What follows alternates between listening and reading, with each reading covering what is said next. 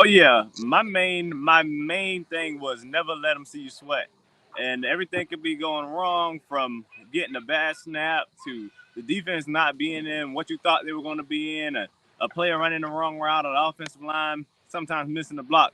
But with all of that, you got to look as cool, calm, and collected, just like Pauly said, and still get the job done.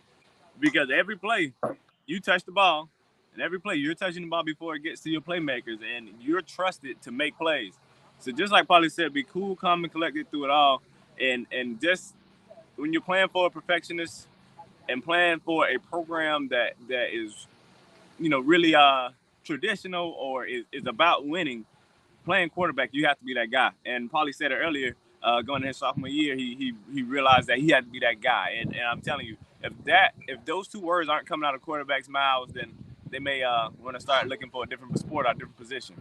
It's a different mindset, right, than every other position, not just because of what you have to know, but because of the criticism, right? If the offensive line's not blocking, running backs aren't finding the holes, the offense is going 3 and out, it's nobody else's fault but the dude behind the center, right?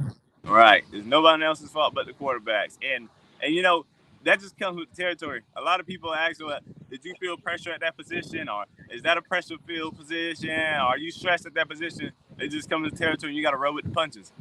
So, Pauly, what's Friday like at school, man? Because I know we talk about what happening on the field all the time, but you're having to go and sit down in math class, right? You're having to go to biology, and meanwhile you're sitting there thinking about the guys that you've been watching on tape that are headhunters that whole time. And I know the heel starts to tap a little bit as you get closer and closer to 3:00, and you can finally get with the boys and start warming up a little bit. What are those Fridays like when you have to wake up and you're all ready for 7:30, but you have to go sit through a full day of class?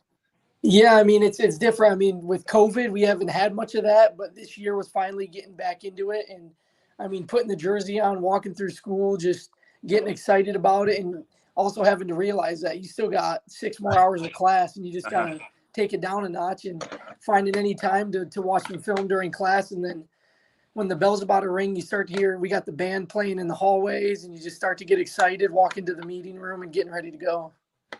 Now, I want to ask you this because Javante and I were talking about this last week. We had Luke Cromenhawk on from Benedictine, a guy that you're going to play this season. But Savannah, it feels like the quarterback position has become extremely prominent, right? In the past, a lot of really good defensive linemen, a lot of really good DBs, a bunch of amazing wide receivers have come out of Savannah, but we really never saw the great quarterback play where we're going to see a bunch of dudes when you turn on a game on Saturday, you're like, hey, that guy played in Savannah, that guy played in Savannah, that guy played in Savannah.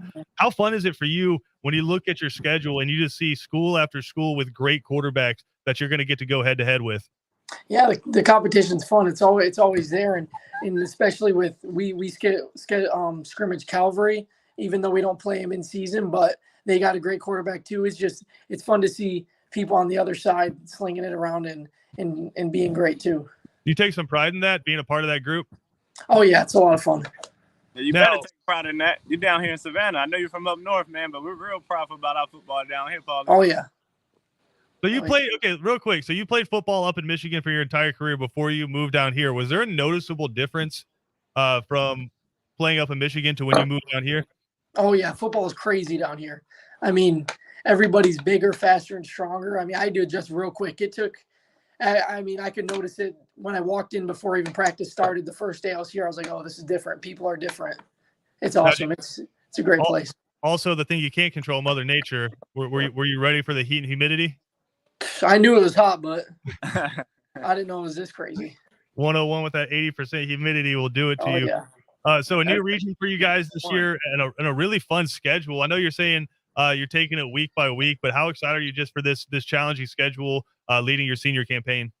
Yeah, we got a lot of tough games, and it's going to be a lot of fun. Those games are the most fun. I mean, we played Brunswick last year. I think that was one of our bigger. They were 6A, and that was a close one. That was a hard fought game, and it was a lot of fun. Those close games like that are way more fun than beating the city schools by 50 every time. I mean, those hard fought games are a lot of fun. What's your favorite stadium you've gotten to play in? Memorial is really cool. I mean, it's just I've never played in a stadium that big. It's just the bleachers are huge and it's always packed, and it's a nice atmosphere. Javante, what about you? I know you played at a lot of different spots. Well, Pauly, you're a little spoiled because I didn't get the turned out or brand new Memorial Stadium. I was in the second oldest stadium in the state of Georgia back when I was playing. But my favorite stadium, a lot of people probably disagree, is the Garden City Stadium. It's no sideline space or anything, but I just Yep. always seem to play my better games there. And my first ever high school stat or anything came at Garden City Stadium, so I just always loved it. It kind of feels like, I don't know if you guys are too young for this, but do you remember like the backyard sports, like computer games? Yeah. Yeah, it kind of feels like one of those stadiums, right? Just an old stadium in the middle of a neighborhood. Like you said, no sidelines. There's no pomp and circumstance to it. It's just football. Yeah, I threw my first touchdown there too. Yeah. You scored. You throw a touchdown in the back corner, and your receiver's gonna be flying out of the gates, going into the concession stand. Listen, the scariest part of that entire stadium is the press box. I don't want to hear about it. When people are walking up and down the stands, the whole press box is moving up and down. So you guys got it easy down on the field. Not when that train comes by. That's fair. All right, Pauly. So let's flip it over to off the field. I know summer a really big time to go out and get some visits, get on some college campuses. Where have you been so far this offseason? Yeah, I've been to Wake Forest, Georgia Southern. I've been up to a couple schools up north, Western Michigan, Toledo, those kind of schools. I'm planning on going to Wofford soon, Elon, a couple of schools like that. Stay away from Wofford, man. Yeah, you're talking to a Citadel guy right here. Yeah, stay away from Wofford, man. I want you to go everywhere but Wofford.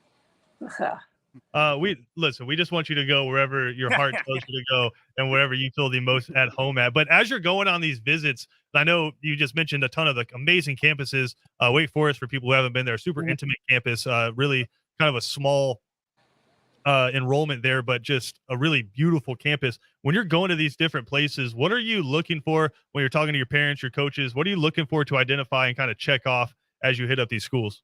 A little bit of everything, but I think the biggest thing is just places that feel like home, somewhere where I can see myself the next 5 years. I know all the transfer stuff is getting crazy, but I just want to find somewhere that I can go for 5 years and somewhere that feels like home. Have you kind of narrowed it down at all right now, or are you still kind of playing the field? No, I'm still keeping my options open, trying to find the best place. What's been your favorite campus so far? I think Elon. Elon's got a really pretty campus, and it's nice, and it's not too small and not too big. It's nice, nice size. So as you're looking at these offenses, right, you mentioned some different schools there, some SoCon schools, some really good FBS stuff. I know Elon, an excellent school as well, some FCS stuff as well. When you're looking at these different schools, how much is the offense coming into play? Because I know a lot of these coaches just want to get the best bodies on campus, right? They're like, hey, you're a really good quarterback, you're accurate, you can throw it downfield.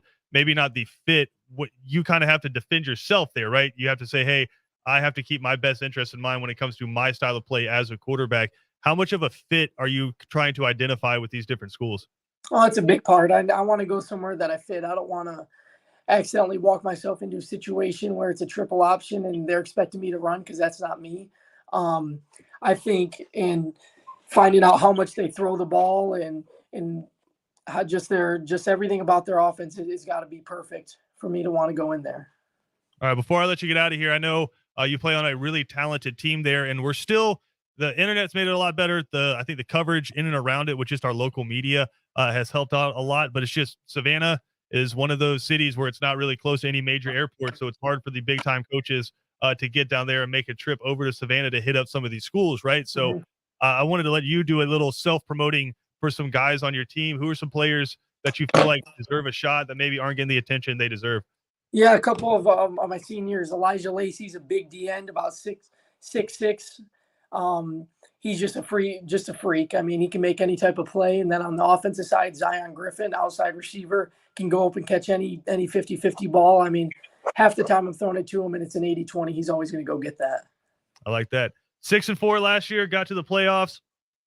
Fell there in the first round. I know some really close games there at the end, some one-score games where that record's completely different, man. How amped up are you to get back out there and try to improve on that 6-win mark? Yeah, I'm excited. Always want to have a better season and always want to shoot for the stars and make them and go to the region championships and the state championships and want to have the best season possible.